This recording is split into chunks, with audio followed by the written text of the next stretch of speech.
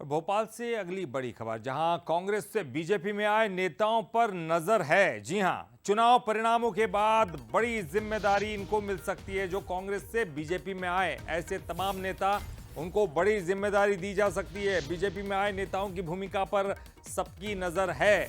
Bharatiya Janata party यानी कि भाजपाई बने कांग्रेसियों को एक बड़ी जिम्मेदारी दी जा सकती है। पहले कांग्रेस में थे, अब भाजपा का दामन थाम चुके हैं, लेकिन उन्होंने भाजपा का दामन थामा है।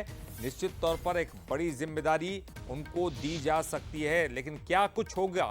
किसी संगठन के मूलधार से बीजेपी इनको जोड़ेगी? क्या पार्टी में एडजस्ट किया जाएगा और कैसे और कब? ये बड़ी जो बात सामने निकल कर आएगी। लेकिन फिलहाल जो बड़ी खबर आ रही है, खबर यही कि इनको एडजस्ट किया जाएगा। खबर यही कि इनको एक बड़ी जिम्मेदारी दी जा सकती है। तो देखिए, चुनाव परिणामों के बाद ये सब कुछ होगा। फिलहाल चुनाव परिणामों का इंतजार है, यानी कि 4 जून का इंतजार है। तब तक का एक एक रिपोर्ट बनी है और बीजेपी की जो है लगातार संगठन स्तर पर वो रिपोर्ट तैयार, गोपनीय रिपोर्ट तक तैयार है, जो कि ऊपर तक पहुंच गई है और अब उस पर फैसला होगा चुनाव परिणामों के बाद। परिणाम आएंगे 4 जून को और उसके बाद चुनाव जब खत्म होंगे, जिम्मेदारी पर सबकी नजर होगी। देखिए, बीजेपी में क्या होगी इनकी भूमिका। सुरेश पचौरी, पूर्व केंद्रीय मंत्री, इसके अलावा कमलेश शाह, दीपक सक्सेना, अक्षय कांतिबम, ये तमाम नेता हैं जो कांग्रेस में थे और लगातार इन पर चर्चाओं का बाजार गर्म रहा। गजेंद्र सिंह राजू खेड़ी, पूर्व सांसद, सुनील सूद, पूर्व महापौर, संजय शुक्ला, पूर्व विधायक इंदौर से।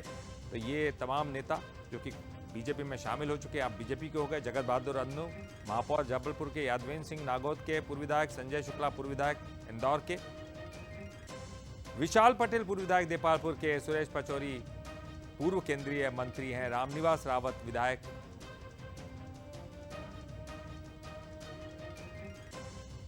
और चलिए, इस पर ज्यादा जानकारी के लिए हम सीधे रुक करेंगे। हमारे एग्जीक्यूटिव एडिटर मनोज सैनी जी हमारे साथ जुड़ गए। मनोज जी, अब जो भी भाजपाई हो चुके हैं, भारतीय जनता पार्टी का दामन थाम चुके हैं, निश्चित तौर पर वो किसी न किसी जिम्मेदारी की अपेक्षा तो कर ही रहे हैं। किस तरह की इनको जिम्मेदारी दी जाएगी और सबसे बड़ा सस्पेंस है कि कौन सी जिम्मेदारी किसको दी जाएगी और कब दी जाएगी? देखिए, ये तो भारतीय जनता पार्टी का अंदरूनी मसला है कि आखिर वो किसको कब जिम्मेदारी देंगे। लेकिन हम जब किसी खबर पर बात करते हैं तो कुछ साक्ष्य, कुछ सबूत, कुछ सूत्रों के हवाले से बात करते हैं। ये सच है कि भारतीय जनता पार्टी में कांग्रेस के तमाम सारे लोग इस समय पार्टी छोड़कर, कांग्रेस छोड़कर भारतीय जनता पार्टी में आए हैं। चाहे रामनिवास रावत की बात करें, निर्मला सप्रे हैं, सुरेश पचौरी है, इंदौर की तरफ जाते हैं तो विशाल पटेल है, कमलेश शाह छिंदवाड़ा से आए हैं, संजय शुक्ला है। ये सब वो है जो विधायक है।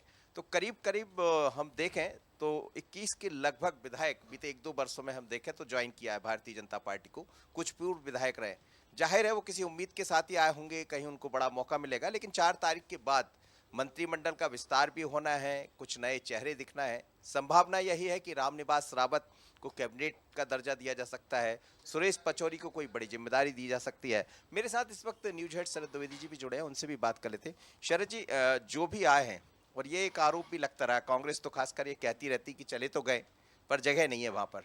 क्या लग रहा है आपको, जो आए हैं उनको जगह मिलने जा रही? जैसे सुरेश पचौरी के बारे में कहा जा रहा है कहीं गवर्नर भी बन सकते हैं। देखिए, कांग्रेस के नेताओं ने एक बड़ी समझदारी का काम ये किया कि कुछ एक अनुभव, जिनमें मैं राकेश चतुर्वेदी जी का नाम लेना चाहूँगा, जो 2013 में उस समय मध्य प्रदेश विधानसभा में जब अविश्वास प्रस्ताव लाया जा रहा था, अजय सिंह नेता प्रतिपक्ष थे और वो उप नेता प्रतिपक्ष थे, और उस समय उन्होंने पांसा बदला और दल बदल करते हुए वो विधानसभा में ही उन्होंने घोषणा की कि मैं विरोध करता हूं इस अविश्वास प्रस्ताव का, और उसके बाद उन्होंने पार्टी छोड़ी। लेकिन उनके सपने पूरे नहीं हुए। इसके बाद कांग्रेस के नेताओं ने एक चीज़ समझी, या तो उन्होंने मुख्यमंत्री स्तर पर बात करके पार्टी बदलने का निष्कर्ष लिया, और उससे आगे बढ़े कुछ नेता, जिसमें रामनिवास रावत जी, पचौरी जी और ऐसे ही और नाम शामिल हैं, जिन्होंने दिल्ली में अमित शाह और प्रधानमंत्री जी से मिलने की बात की या फ़ोन पर बात करने की बात की। उन्होंने कहा, हमें नहीं साहब, हम नहीं, पहले आप हमारी बात प्रधानमंत्री से कराइए या अमित शाह जी से कराइए या नड्डा जी से कराइए, तो हम आपके साथ बात करेंगे। ठोक बजाकर। बिल्कुल।